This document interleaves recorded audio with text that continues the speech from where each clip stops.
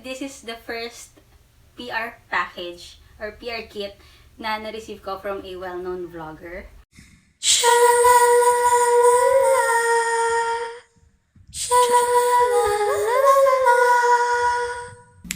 Rehina. Hi everyone, it's Rehina here. Welcome back to my channel. And for this video, this one's very special to me kasi this is the first PR package or PR kit na na-receive ko from a well-known vlogger. Si Mama Anne. Yes, Mama Anne. Pero si Miss Anne Clutz kasi, pinapanood ko na siya noon pa. Tapos, nabudol na rin niya ako ng maraming beses. As in, pag siya yung nagsabi ng product, napapabili ako. Kasi pareho kami ng skin type, oily skin din. Tapos, she's making honest reviews of the products na ginagawa niya ng review sa kanyang channel. A little story time or backstory. I made a video or review of their Anne Clutz Radiance bars. And from there, na-notice yata ako nung team nila.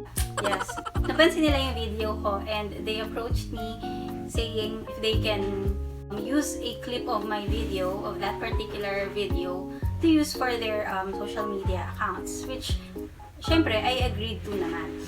Then later on, pansin ko, binalikan nila ako and they are asking for my address, contact number, ganyan, kasi they will be sending me a PR kit now.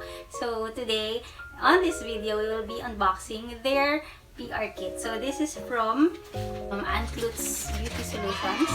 This one. Ayan. Let me sanitize it lang muna. Excited na ako. So, may audience ako. Dito. So, very thankful ako kasi as a small YouTuber, napapansin pa rin nila yung efforts ng mga gumagawa ng reviews and they are not limiting yung kanilang networks sa may mga lalaking influencers lang. So, ayan, for small YouTubers out there, keep doing what you are working on and someday, other brands will also notice you and collab with you, give you your packages or whatever you are aspiring for, maging ambassador o kung ano pa man yan. Just keep doing kung ano yung ginagawa ninyo and it will all pay off in the end. So, okay. Bomba! Bangers. May mga bangers sa gilid. Gusto mo? Wait lang, boss. Wait lang, boss. Tara, mystery box. So, okay. Another thing to open. Wala, ang cute. Mayroong pangalan. May username sa harap. Effort, ha? I wonder how many individuals yung kanilang pinadalhan to personalize the PR kit just like this. Hands down to your team, Miss Anne Clutz. Okay, so nakakakilig siya kasi personalized talaga siya. And wala, ang ganda ng box. Ang social po. Salamat po. Maraming salamat po. At dito nagtatapos ang video. Charot. I think, dahil nga Radiance bar yung ni-review kong video before, I think this is part of their line ng mga Radiance bar. Okay, tama nga ako. Oh! Ginagawa mo! Okay, so may card muna. I'm glad this little package reached you. I hope you can share the Radiance with us. Okay. Itsura ng PR package when you open it. Meron tayo ditong dalawang klase ng Radiance bars. Isa yung Radiance bars na deep cleansing Kojic soap and the other one is yung Radiance bars plus, which is Kojic soap plus Micellar Water. Then yung beauty mist ni Miss Anne Clutz with Lux Organics. Nakakatawa kasi wala akong makeup setting spray. Now I have one and it's long-lasting, hydrating. Actually, ang nabili ko lang is isa kasi first release niya tapos hindi ako gaanong nagsusplurge that time. So, yung 99 pesos lang yung binili ko. Sobrang tinipid ko pa yung sarili ko.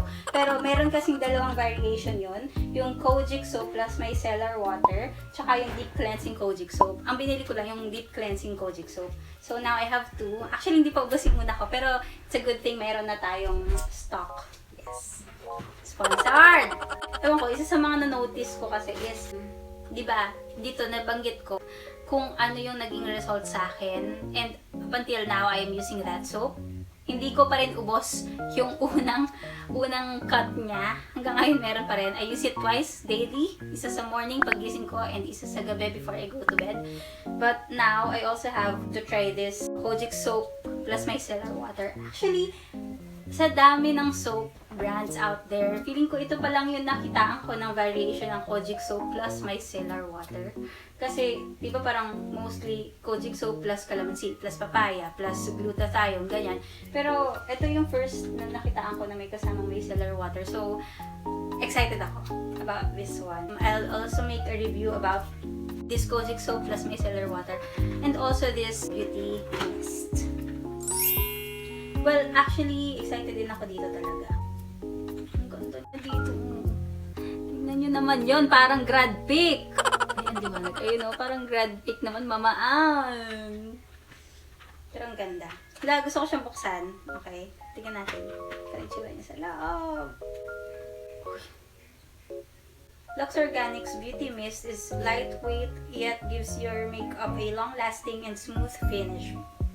With additional benefits of lactomyces extracts, it helps add in moisture to give you a healthy glowing skin. Simply spritz it across your pre-applied makeup to lock it into place. Sige, ganun ka naman ako. Hindi ako gumagamit ng ganito before, pero now, I'm happy makakagamit akong ganito.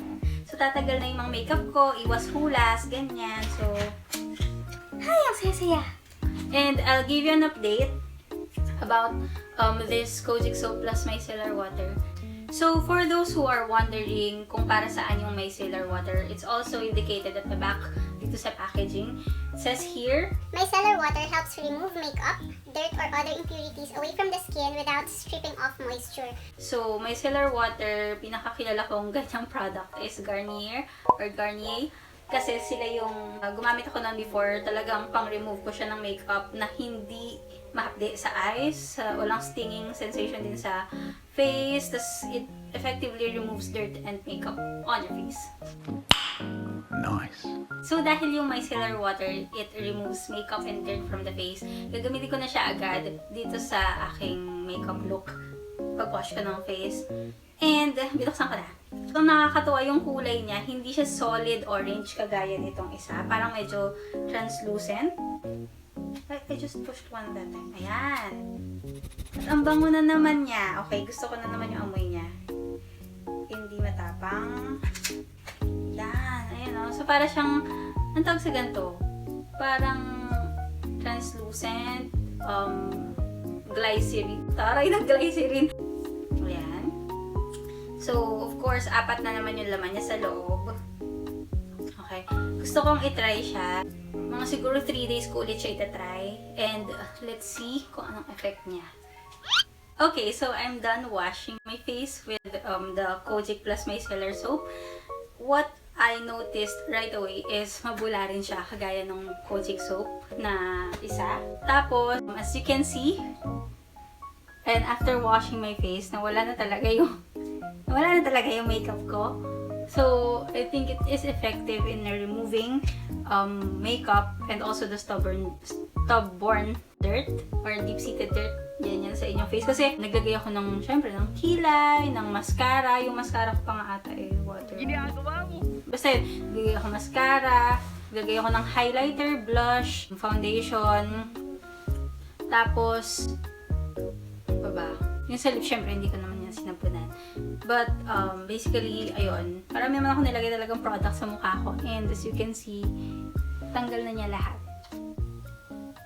Diba? Yan na yan, sis. Yan na yun. This is the first use of the Kojic plus Micellar Radiance Bar by Miss Anne Clutz. And, again, no stinging effect on my face. Apaka-ano yun. Soft nga niya ngayon. Tingnan sa mga susunod, hopefully walang pamamalat. Ayoko po ng micro-peeling or any of that peeling sa mukha. Sana wala. Alam niyo yung minsan parang ang worry mo is after washing with soap, meron pang mga residue ng makeup na hindi natanggal, lalo na kung sa mascara, yung parang magpapanda eyes siya dito. Pero ako after washing wala. Kahit yung tissue ginamit ko, talagang yung water lang din yung na-absorb niya, walang makeup. Pag rinse off mo ng soap, sasama na yung makeup. Thumbs up, love it. I'll film another one for tomorrow and the next day. Let's see the results. So, hello mga sismars! Ako ulit. Today is my second day of using the Radiance bars plus by Miss Anne Clutz, yung Kojic plus Micellar Water. And just a quick comparison of the two. Ito yung Kojic soap, deep cleansing Kojic soap, while this one is the Kojic soap with Micellar Water. So, ayan yung difference nilang dalawa. Madidistinguish ninyo easily. Halimbawa, ito ginagamit nyo to sa katawan or mga dark areas, dark spots, tapos ito ginagamit nyo purely sa mukha lang. Makikita nyo naman na magkaiba sila. There.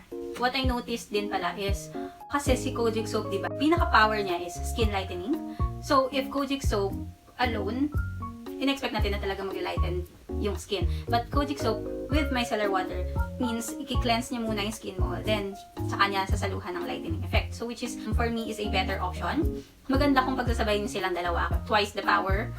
Kasi, nakikleanse na muna yung face mo from all the makeup and dirt, which is very good para clean canvas siya. Tsaka mo i-apply yung lightening effect. Mas maging effective yung paglalighten ng skin. Okay, so close-up look lang ulit on my face. Ayan, situationer again. And still, no breakouts, no peeling. And ayan pa rin siya. That same glow with my face. So, I'll give you an update again tomorrow. Especially bukas din kasi may lakad ako. So, I'll be using the beauty mist or makeup setting spray para matignan natin if magkukulas yung makeup ko from the time na umalis ako sa bahay hanggang sa pagbalik ko. Hi! Alright, so ngayon is our third day. Later on, ako magbibigay ng review about that. Ngayon kasi, papaalis na ako ng bahay. Nakapag-makeup na ako. So, gagamitin natin tong Lux Organics Beauty Mist by Anne Clutz. Gamitin natin siya and let's see how my face will look like pagka-uwi. So, dahil hindi pa ako gumagamit nito, paano ba siya? Hold the bottle arm's length away to face while eyes and mouth are closed. Spray mist on face, then tap lightly and let it dry for 20 seconds. Okay, so arm's length daw ganyan. Tapos, spray ko na nakapikit yung eyes ko, tapos nakasarap ko.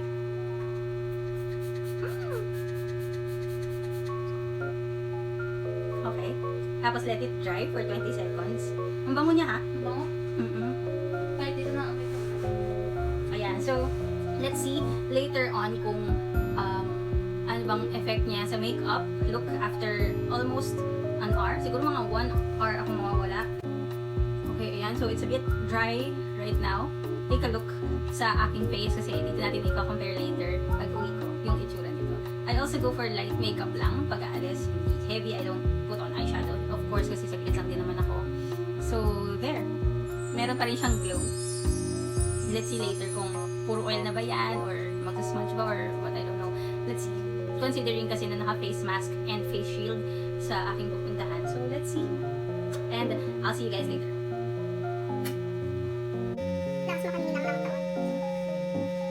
Okay, hi! So, I'm back. And, yes, I'm fresh from the outside. So, mag-sanitize muna ako. Wait lang. Okay. So, this is my baby Yuki. Yuki, no! Yuki, no, look. Okay, so let's see kung kamusta yung makeup ko underneath the face mask and the face shield. So, syempre, kulog. And our situation requires us to wear... Ano tawag sila niyan? Basta face mask and face shield. As you can see, syempre, tanggalin ko na natin yung glasses ko kasi nagre-reflect yung... Ito na! So yeah, may katangahan akong ginawa. Hindi ko siya napindot, pero ayan na yung ating mukha. Medyo may build up ng oil, but understandable and hindi naman sobrang lala. So, ayun lang. I'll wash my face muna and then I'll be back. Basang sisiyo. So, just to clearly show you, right after washing face, diba, ayan, wala akong... Patay mo ka! So, ito na. After rinsing, see? Walang residue ng makeup. Bongga!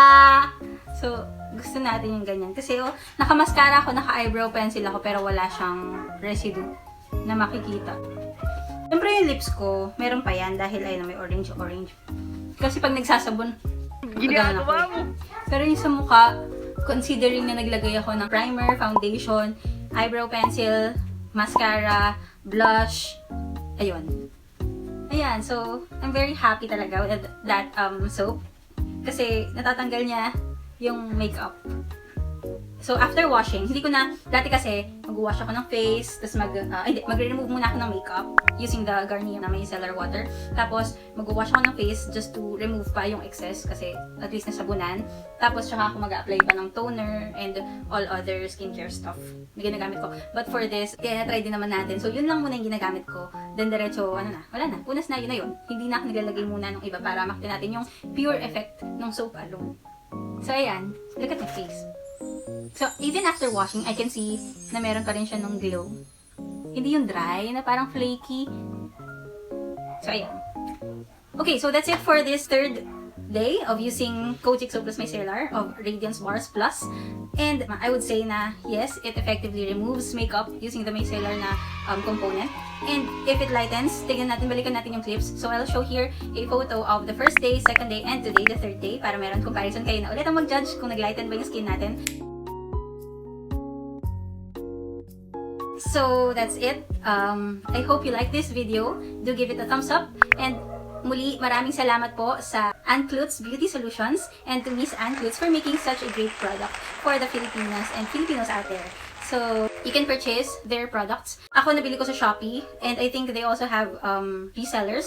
They are seeking for resellers. So, if you want to have a small business, ayan, swak na swak, maging reseller kayo kasi maganda yung produkto. Hindi kayo mahihirapan ibenta. Kahit kayo itry nyo muna sa sarili niyo bago nyo ibenta, matutuwa kayo. So, that's it for this video and I'll see you on my next one. Muli, maraming salamat sa panonood at sa suporta. Bye! Rehina out!